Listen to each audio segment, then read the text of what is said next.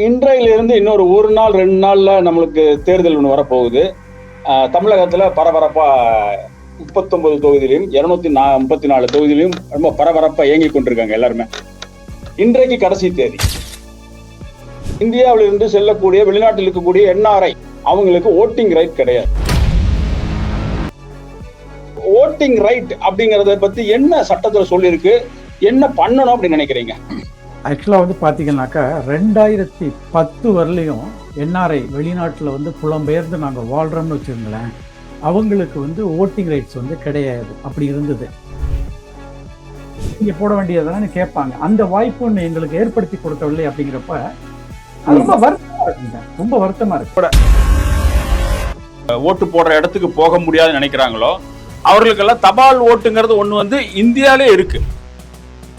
இப்போ for example நம்ம என்ன நம்மளுடைய கோரிக்கை என்ன கேட்டிங்கனாக்கா, ஓட்டிங் இஸ் நாட் ஜஸ்ட் ரைட்டுங்க. அவர் ரைட்ஸ் மட்டும் இல்லைங்க, it is a responsibility.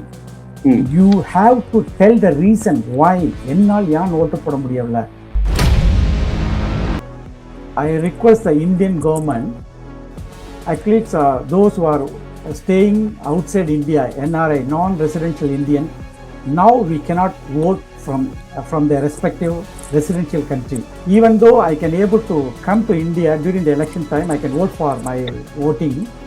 Okay, what we need actually, we have to you have to make an arrangement so that we can vote from our residential country. For example, I am staying in Malaysia.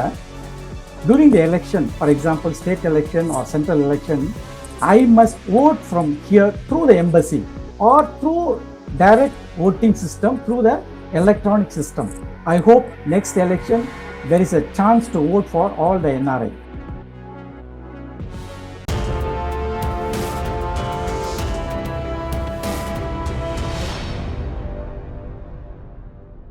மீண்டும் youth Tamil ஊடகப்பு நேயர்களுக்கு வணக்கம்.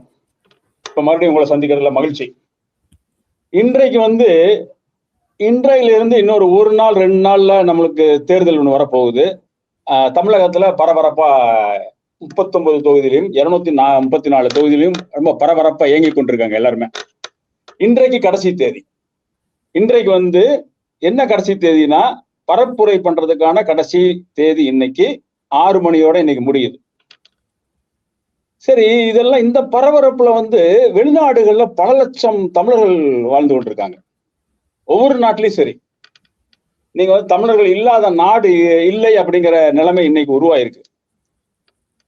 இது தமிழர்களை மட்டும் இல்ல, நம்ம மொத்த இந்தியர்கள் பார்த்தோம்னா இந்தியர்களும் ஓரளவுக்கு பிற நாடுகள்ல வாழ்ந்து கொண்டிருக்காங்க.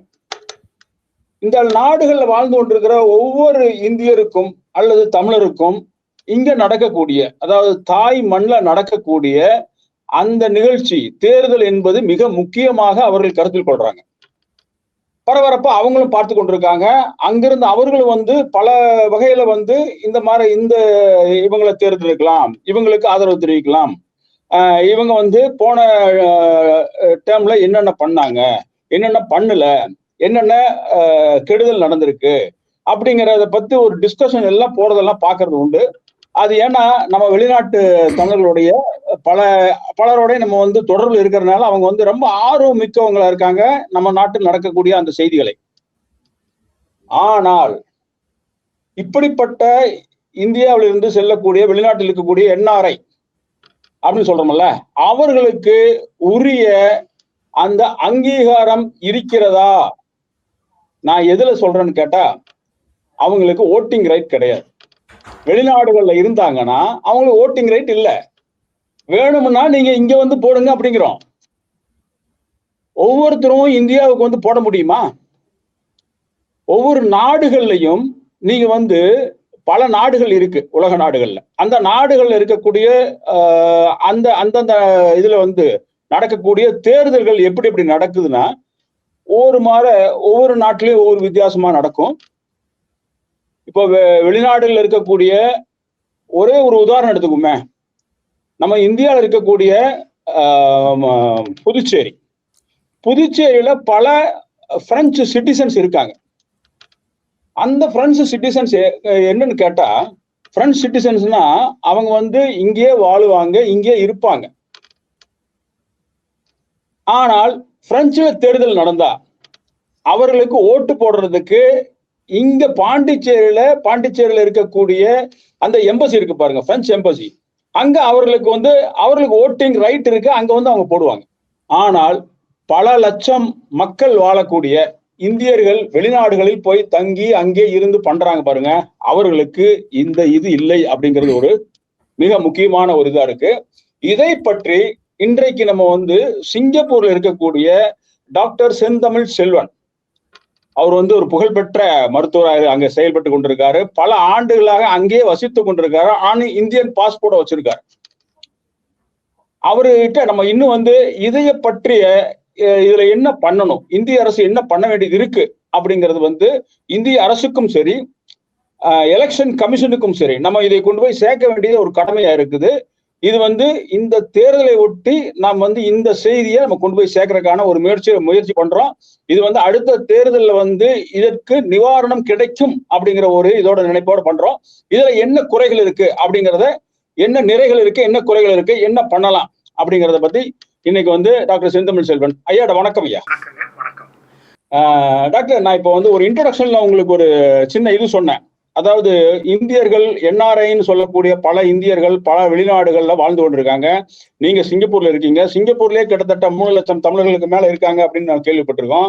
அதே போல அண்டை உங்க கண்ட்ரியா இருக்கக்கூடிய மலேசியாலும் பல லட்சம் தமிழர்கள், இங்க இந்தியிலிருந்து வரக்கூடிய தமிழர்கள் இருக்காங்க. நீங்க சிங்கப்பூர்லயே லிட்டில் இந்தியா அப்படிங்கிற ஏரியா இருக்குது. மலேசியால கோலாலம்பூர்ல லிட்டில் இந்தியா இருக்கு. அந்த லிட்டில் இந்தியால பெரும்பான்மையாக யார் இருக்காங்கன்னு பாத்தீங்கன்னா தமிழர்கள் இருக்காங்க. இந்த மாதிரி இருக்கிற இடங்கள்ல உங்களுக்கு அந்த ஓட்டிங் ரைட் அப்படிங்கறத பத்தி என்ன சட்டத்துல சொல்லியிருக்கு, என்ன பண்ணணும் அப்படின்னு நினைக்கிறீங்க? வணக்கம். ஆக்சுவலாக பார்த்தீங்கன்னாக்கா 2010 வரலையும் என்ஆர்ஐ வெளிநாட்டில் புலம்பெயர்ந்து நாங்கள் வாழ்கிறோம்னு வச்சுருங்களேன், அவங்களுக்கு ஓட்டிங் ரைட்ஸ் கிடையாது. அப்படி இருந்தது. 2010 ஒரு பார்லிமெண்ட்ல ஒரு ஒரு ரிலாக்ஸேஷன் கொண்டு ஒரு அமெண்ட்மெண்ட் கொண்டு வந்தாங்க. வெளிநாட்டில் இருக்கின்றவர்களும் ஓட்டு போடலாம் அப்படிங்கிற நிலைமை 2010 வந்தது. அப்ப அந்த இதுல என்ன சொன்னாங்க அப்படின்னு கேட்டீங்கன்னாக்கா, வெளிநாட்டில் வாழுகின்றவர்கள் வெளிநாட்டில் இருக்கின்றோம் அப்படிங்கிறது அந்த அதாவது விளக்கத்தை கொடுத்து அதற்கான எவிடன்ஸ் கொடுக்கணும். கொடுத்துட்டு நீங்க ரெஜிஸ்டர் ஓட்டர்ஸை ரெஜிஸ்டர் பண்ணிக்கலாம்.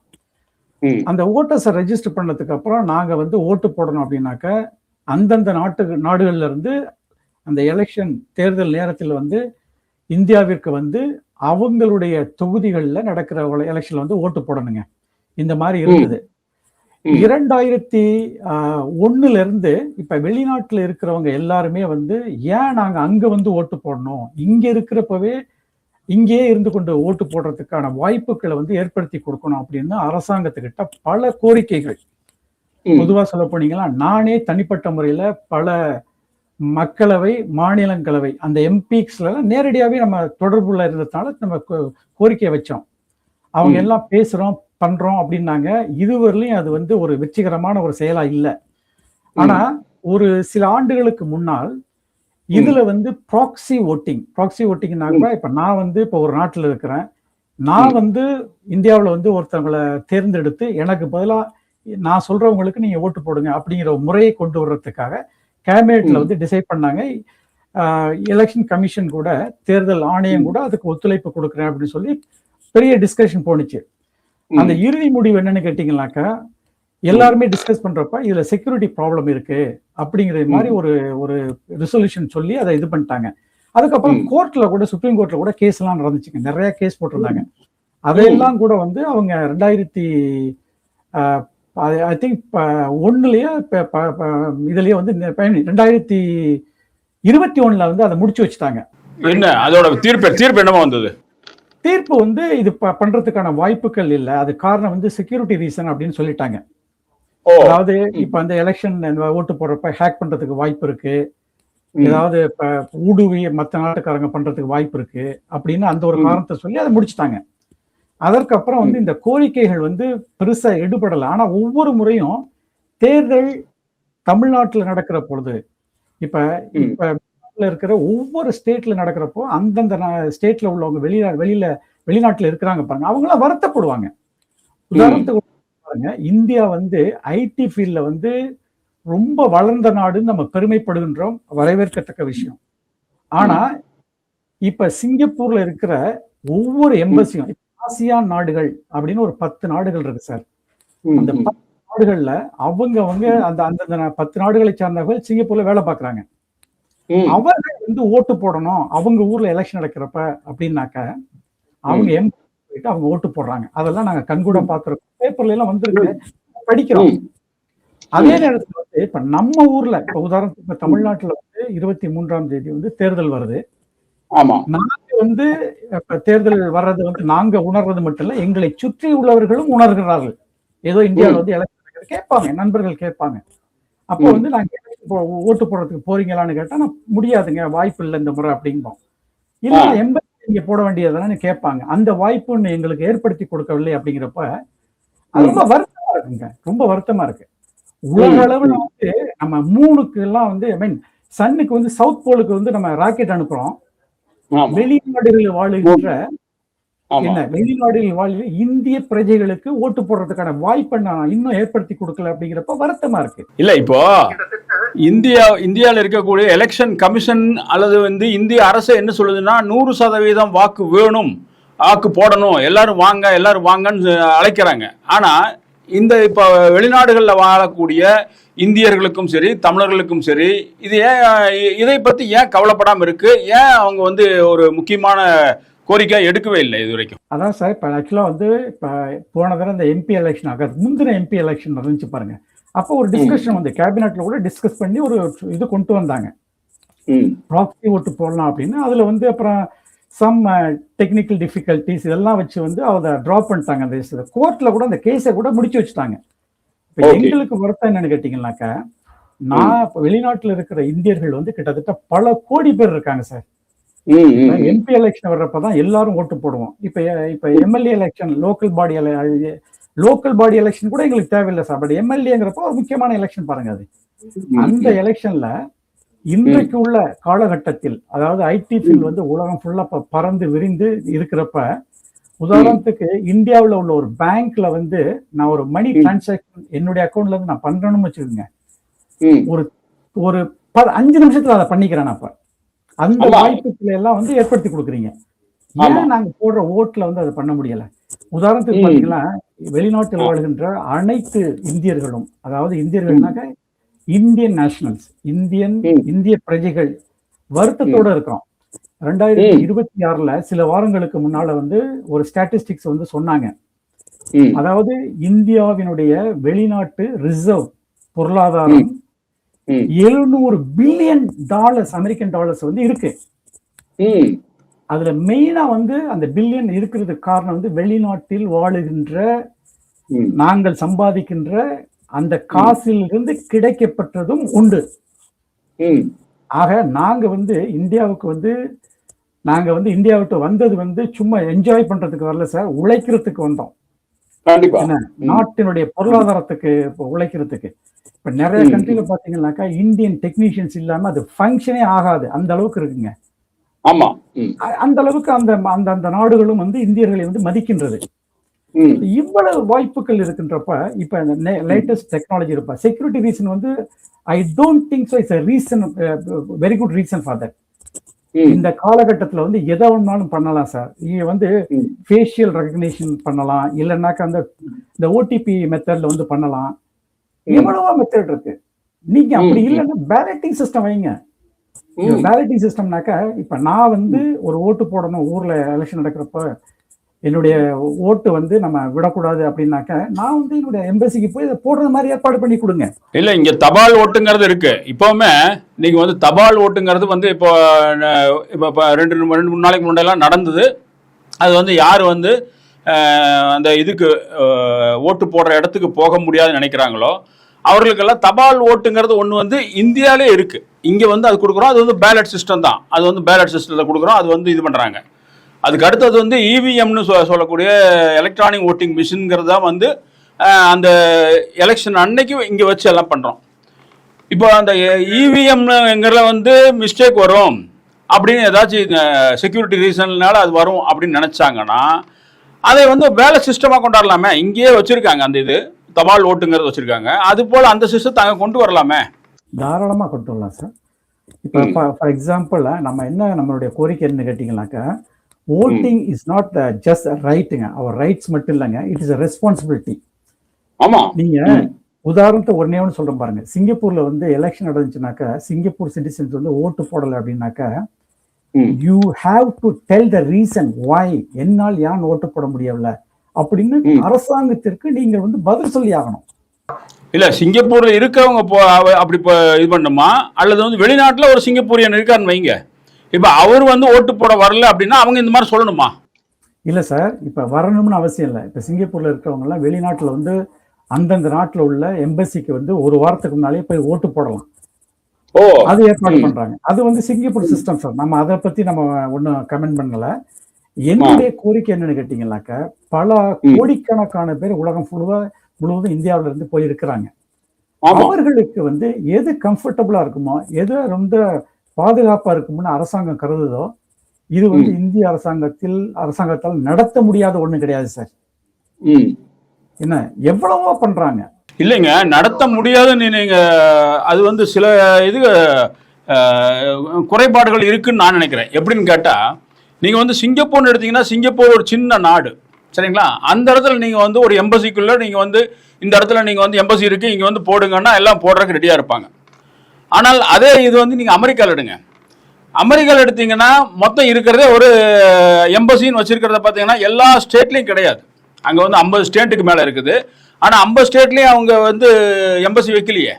எம்பசி வச்சிருக்கிறது ஒரு 4 இடத்துல வச்சிருக்காங்கன்னு வைங்க, 4 இடத்துல ஒரு 10 இடத்துல வச்சிருக்காங்கன்னு வச்சா, அந்த 10 இடத்துக்கு எல்லாரும் வந்து போட முடியுமா அப்படிங்கிறது ஒரு கேள்விக்குறிகள் இருக்குல்ல. கிட்டத்தட்ட அமெரிக்கான் நாடு எடுத்தீங்கன்னா சில இடங்களுக்கு வந்து எம்பசி இருக்கிற இடத்துக்கு போனோம்னா 2000 மைல் 1000 மைல் 3000 மைல், அதாவது கிலோமீட்டர்ஸே பார்த்தீங்கன்னா 1500 கிலோமீட்டர் 2000 கிலோமீட்டர் பறந்து போய் தான் போட வேண்டியது இருக்கும்.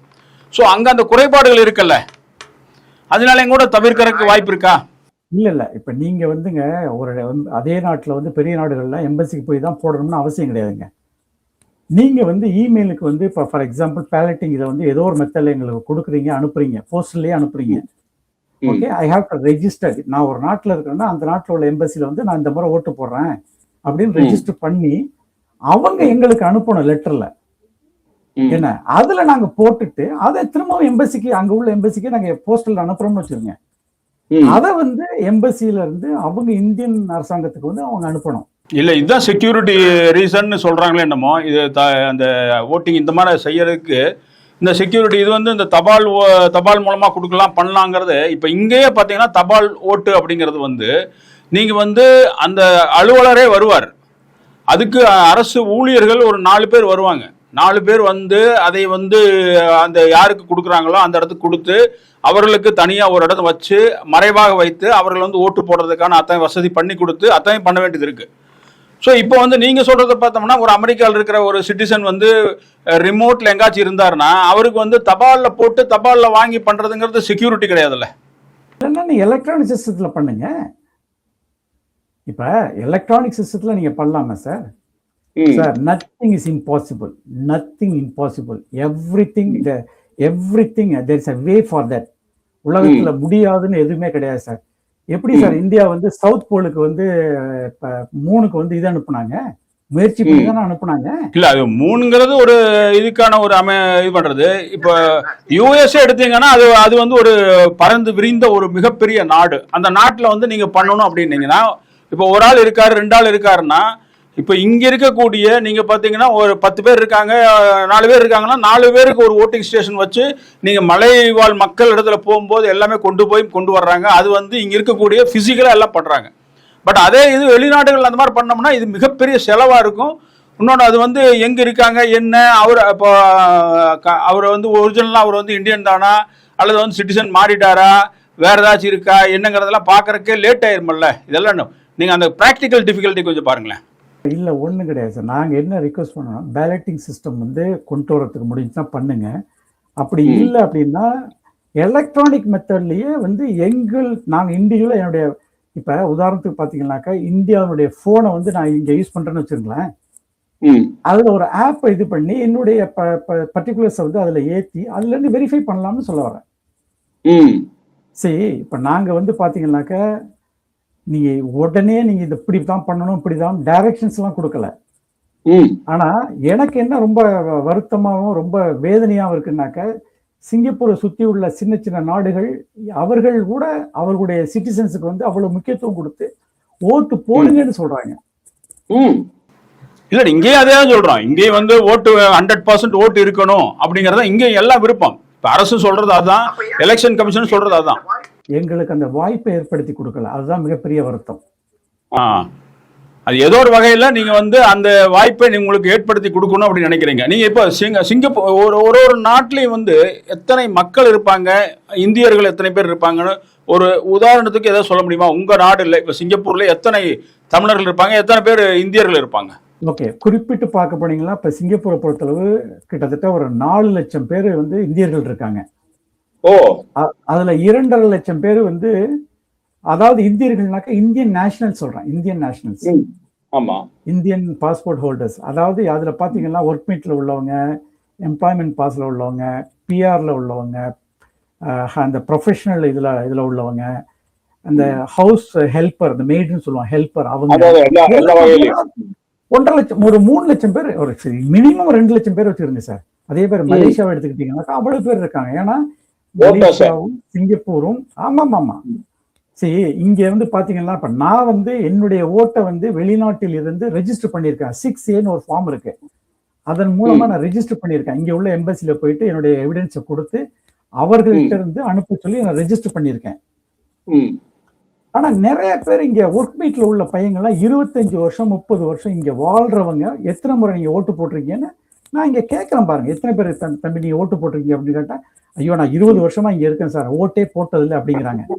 ரெஜிஸ்டர் பண்ணிருக்கீங்க கேட்டா அதுவும் பண்ணல அப்படிங்கிறாங்க. சார் எல்லாராலையும் எல்லாமே பண்ண முடியாது சார். இப்ப உதாரணத்துக்கு சொல்றேன் பாருங்க, இங்க சிங்கப்பூரை பொறுத்தளவு இல்லைன்னா மலேசியாவை பொறுத்தளவு நாங்க வந்து ஒரு 2 லட்சம் பேர் இருக்கோம்னு வச்சிருங்க. நாங்க எல்லாருமே விருப்பப்பட்டு அந்த எலெக்ஷன் தேர்தல் அன்றைக்கு நாங்க ஊருக்கு வரணும்னு நினைக்கிறேன்னு வச்சிருங்க. எத்தனை ஃபிளைட் உங்களுக்கு ஏற்பாடு பண்ணணும்? ஆமா, அது ஒரு பெரிய மிகப்பெரிய வேலை இல்ல, பண்ணி கொடுக்குமா? அது அவங்களுடைய கடமை இல்லையா? 200 பேர் தானே சார் ஒரு 150ல இருந்து 200 பேர் தானே சார் ஒரு ஃபிளைட்ல போக முடியும். சார் ஒன்னே ஒன்று சொல்ல பாருங்க, நான் வந்து ஒரு சீனியர் கன்சல்டனா இருக்கேன் இங்க. ஓகே, நான் வந்து 6 மாதத்திற்கு முன்பாகவே நான் எடுக்கக்கூடிய அந்த ஆனுவல் லீவ் இருக்கு பாருங்க, அதை நான் பிளாக் பண்ணணும்.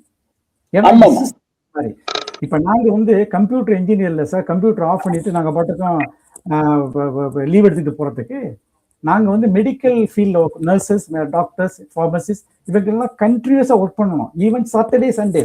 இதெல்லாம் தாண்டி வந்து இந்திய அரசு பண்ண வேண்டியது இருக்கு. பாருங்க, இந்த எலெக்ஷன் வந்து நான் வந்து லீவை பிளாக் பண்ணியிருந்தேன். எப்ப பண்ணிருக்கேன்னாக்கா ஏப்ரல் மாசம் 24ல இருந்து மே மாசம் 3ஆம் தேதி வரலும் இந்த எலெக்ஷனுக்காக நான் பிளாக் பண்ணியிருந்தேன். ஓகே, ஏன்னா எலெக்ஷனுக்கும் போவோம், அப்புறம் ஊர்ல உள்ள இந்த நம்முடைய வேலைகளையும் பார்த்துக்கிறோம் அப்படின்னு பிளாக் பண்ணியிருந்தேன். ஏன்னா இந்த பிளாக் வந்து I did on January 2026. Okay, எல்லா டாக்டர்ஸும் பண்ணணும், எல்லா டாக்டர்ஸும் ரஃப்லி ஈவன் சாட்டர்டே சண்டே லீவு கூட நாங்க வந்து அந்த இந்த வாரத்துல என்னால பண்ண முடியும் டியூட்டி, இந்த வாரம் பண்ண முடியாது, நான் பிளாக் பண்ணுவோம். ஸோ அப்படி நாங்க பிளாக் பண்ணி இருக்கிறப்ப இப்ப எலெக்ஷன் இப்ப டிக்ளேர் பண்ணி வந்து இப்போ 2 இந்த பண்றதுக்கு அப்புறம் பார்த்தா நான் பிளாக் பண்ண டேட்ல அது வரல பாருங்க. இப்போ இங்க உள்ள என்னுடைய கொலீக்ஸ்கிட்ட போய் இல்ல எனக்கு எலெக்ஷன் வந்து முன்னால வருது, எனக்கு மாத்தி கொடுங்க அப்படின்னாக்க முடியாது சார். நாங்க எல்லாருமே எங்களுடைய ஆனுவல் லீவை வந்து பகுத்து இந்த நாள்ல நீங்க லீவ் எடுங்க, இந்த நாள்ல அன்லெஸ் இட்ஸ் எமர்ஜென்சி எலெக்ஷன் போறேன் அப்படிங்கிறதுக்கெல்லாம் அதை அட்ஜஸ்ட் பண்ண மாட்டாங்க, படக்கூடாது. சொல்றது புரியுங்களா? ஏதாவது ஒரு எமர்ஜென்சிக்கு இப்ப என்னுடைய லீவை வந்து நான் கேன்சல் பண்ணிட்டேன் சார். இப்ப நல்ல வேலையா வந்து ஃபிளைட் டிக்கெட் வந்து நான் புக் பண்ணல. சரி, இல்லாட்டி ஃபிளைட் டிக்கெட் புக் பண்ணா அதுக்கு ஒரு பெரிய செலவாயிருக்கும், அது எதுவும் கேன்சல் பண்ணாலும் பெரிய செலவு இருக்குது அது. ஆமா சார், இன்னொரு செய்தியை கேட்குறேன் பாருங்க. இப்ப நீங்க ஃபிளைட் டிக்கெட் வந்து இப்ப சாதாரண நான் பீக் மந்த்ல போனீங்கன்னாக்க ஒரு 400 வெள்ளிக்குள்ள 450 வெள்ளிக்குள்ள டூ அண்ட் ஃப்ரோ போயிட்டு வந்துடலாம். ஓகே. இப்ப போறோம்னா 1300 வெள்ளி வருது அது கல்ஃப் கண்ட்ரியோட இது கல்ஃப்ல இருக்க மாறினாலையா சார். பீக் இப்ப எல்லாருமே எலெக்ஷனுக்கு போறாங்க பாருங்க. எலெக்ஷனுக்கு எலெக்ஷன் போறதுனால உங்களுக்கு வந்து அந்த ரேட் இன்க்ரீஸ் ஆயிருக்கு. Okay okay okay. Plus gulf war இருக்குது, பெட்ரோல் பிரச்சனையெல்லாம் இருக்குது.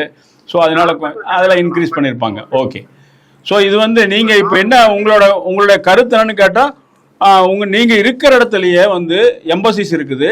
அந்த எம்பசிஸ் மூலமாக ப்ராப்பரா யார் யாரு அங்க இருக்காங்கன்னு தெரியும். என்ஆர்ஐ எத்தனை பேர் இருக்காங்க, யாருக்கு ஓட்டிங் இருக்குது, எல்லாமே தெரியும். அவங்க கிட்ட ரெக்கார்ட்ஸ் வச்சிருப்பாங்க. அந்த டேட்டாஸ் மூலமாக ஏதோ ஒரு வகையில் உங்களுக்கு வந்து ஓட்டிங் இது வேணும், அந்த ஓட்டிங் ரைட் வேணும் அப்படிங்கறத உங்களோட கோரிக்கையா இருக்கு இல்லைங்க doctor? My name is Dr. Sentamil Selvan, working as a senior consultant in Singapore. I request the Indian government, athletes, those who are staying outside India, NRI, non-residential Indian, now we cannot vote from their respective residential country. Even though I can able to come to India during the election time, I can vote for my voting. Okay, what we need actually, we have to, you have to make an arrangement so that we can vote from our residential country. For example, I am staying in Malaysia. During the election, for example, state election or central election, I must vote from here through the embassy or through direct voting system through the electronic system. I hope next election there is a chance to vote for all the NRI. Thank you. Okay okay doctor. இந்த கோரிக்கையை நம்ம வந்து இந்திய அரசுக்கு கொண்டு போவோம், election commission கொண்டு போவோம். இதை தாண்டி வேற எப்படி அதை வந்து இந்த உரிமையை பெறுவதற்கான என்ன முயற்சி எடுக்கலாங்கிறத சொல்லுங்க. அதுவும் நம்ம பண்ணுவோம். ரொம்ப நன்றி டாக்டர். நீங்க வந்து இத்தனை நேரம் வந்து நம்மளுக்கு வந்து ஒரு நல்ல செய்தியை சொல்லியிருக்கீங்க. அந்த செய்தியை வந்து ஒரு இம்ப்ளிமெண்ட் பண்ற அளவுக்கு கொண்டு வந்தோம்னா இது ஒரு மிகப்பெரிய உலகில் வாழக்கூடிய அத்தனை இந்தியர்களுக்கும் இது ஒரு பெரிய இதா இருக்கும். இதை கொண்டு வருவதற்கான அந்த முயற்சிக்கான முன்முயற்சியாக நம்ம இதை எடுத்திருக்கோம். நல்லபடியா நடக்கும்னு நினைக்கிறேன். நன்றி டாக்டர். வணக்கம். நன்றி.